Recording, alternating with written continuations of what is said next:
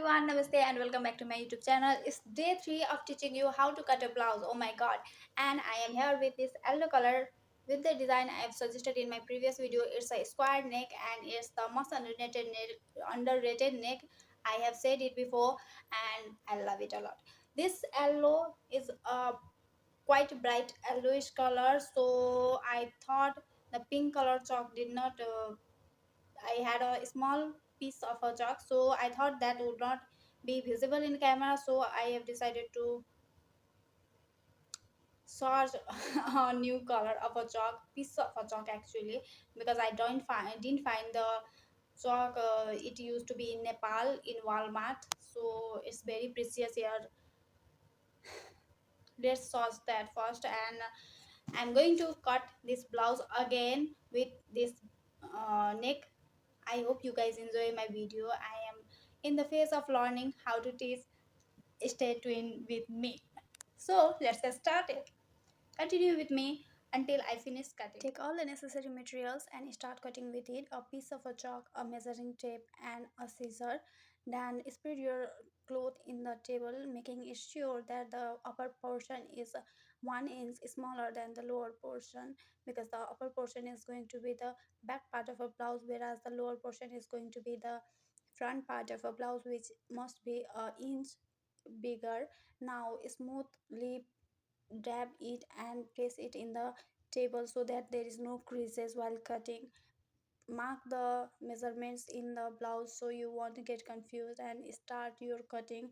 Pin it well so that it won't get replaced while you begin with your cutting. I am taking the measurement of 38. You take yours, which is your exact measurement, and if it is low or high, you can also arrange that. Divide the chest size into 4 and take 2 inch margin for stitching. My chest size is 38, so I'm dividing it with 4 and taking 2 inch margin, which is 10. Folding the fabric like that, I'm taking 2 inches gap in the down bottom part of a fabric, which is the folding part of a length. From the folding part, I'm taking the length, which is 15. Now we mark our shoulder in the upper part, which is taking 6 inches for the shoulder and 6.5 inches down for the armhole. From the shoulder, marking the equal size from up to down, we make a rectangular shape for cutting the shoulder. Now we take the chest size, which is 9.5 plus adding 0.5 inches margin, it is 10 inches. We go to the neckline and taking the upper width as 2.5 inches and length of a neck is 7.5 inches. You can take your exact length how much you wanted, and the lower width of a neckline is 2.75 or 3 inches, how much you like for your neck. You can take yours. From the shoulder we take 10.5 inches to mark the bust point. It is the fixed point from where we mark all the darts, 4 darts of our blouse. Then making a circular loop, we make the 4 darts in the adjacent sides as shown here in the video. Now we take the 2 inch depth to make our armhole and give a deep loop to all the markings. We now begin with the cutting. I'm making it a square neck, so cutting it, taking half inch upper from the neckline, keeping it a margin so that it won't get very deep. I can arrange it later on. We cut it in a smooth manner and we'll trim it after a while. We now taking the front part, we make a equal pasting and pin it well so we can dab the markings to the adjacent part of it so it gets a even size. We dab it so smooth, making the tiny cuts in the dart so it will be easy while sewing. From the upper part of the shoulder we cut the half or of the inch from the shoulder part so the neck won't fall down, also making the neckline smooth and clear and giving it a quite good shape. We also make the neckline and come to the armhole. We also trim the armhole, taking the fixed point as the upper part but trimming at least a inch deeper. We make a armhole and give a tiny cut in the armhole dart too. We are done with cutting the front part. Give it a quite good folding and takes the next part of a blouse, pin it well and give a smooth finishing to it. We now take 1.5 inches from the bottom for the folding of length, taking 4 inches to keep dart. There are only 4 dots in the back part of our blouse, so we make it as it. Now taking from the 10.5 inches as the length neckline of the length, and 3 inches as the width of neck in the lower part, we make the square shape neckline and trimming it in a smooth manner to give it a finishing.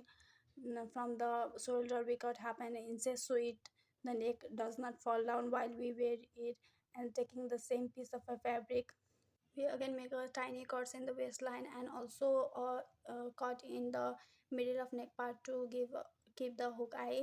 And from 3 inches down to the shoulder we are also making a small cut to attach strings on it.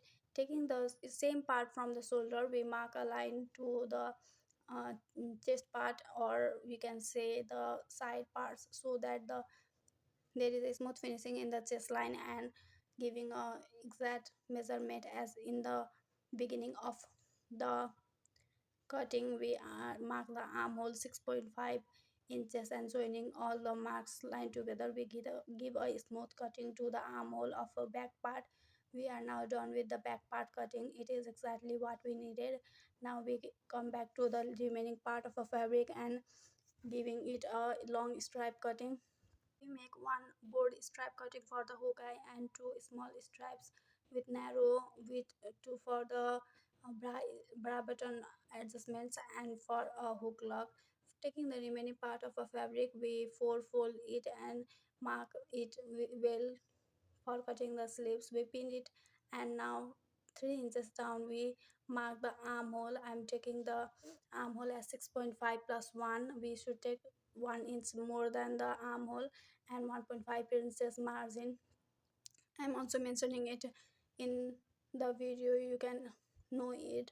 The length of a blouse is 11, so I'm taking 11.5, and the remaining part as a folding. The remaining part as a folding can be 1.5 inches or 2 inches as ever you like, and cutting it well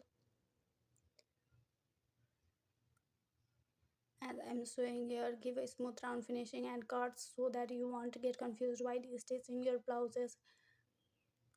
Now making the armhole in the front part 1 inch deeper, we cut the front part of armhole of a blouse sleeves and giving a smooth finishing round finishing to the cutting in the armhole. We are done with the sleeves, also giving all that a good finish and folding. We arrange that all in and make a tie to it. From the remaining parts we take out the piece of a fabric to stitch the neckline, and also for the back part we take the length of a neck and also the margin to stitch the neckline. We cut the another part to stitch the back part of a neck and arrange that all and make a smooth bone. We are done with cutting. Thank you for watching.